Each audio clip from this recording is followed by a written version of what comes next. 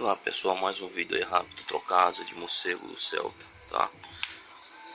Vamos precisar de uma chave 22, tá? Para tirar o parafuso grande.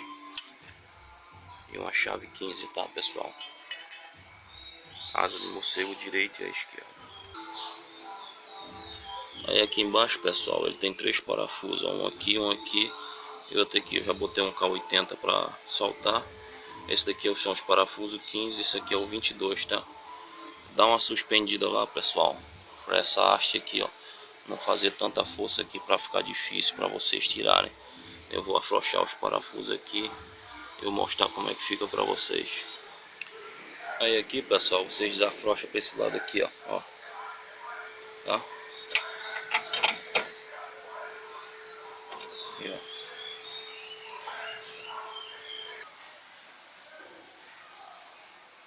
Aqui, pessoal, tirei a 22, ó, e a 15, tá? Só tirar agora e colocar outra no lugar.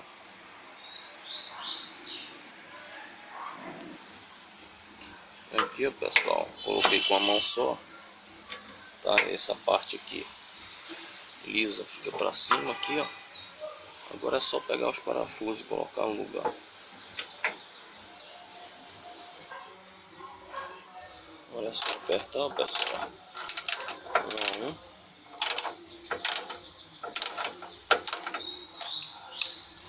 Aí, pessoal, apertar o parafuso, apertei esse, volta a apertar o do meio. Aí esse parafuso aqui, pessoal, o último, ó. Tem que apertar bem, tá? Já tá bem apertado esse, tá?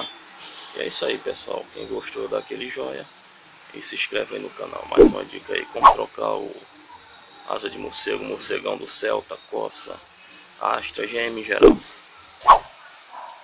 E aqui a peça velha, pessoal, toda cheia de folga, fodida, estourada.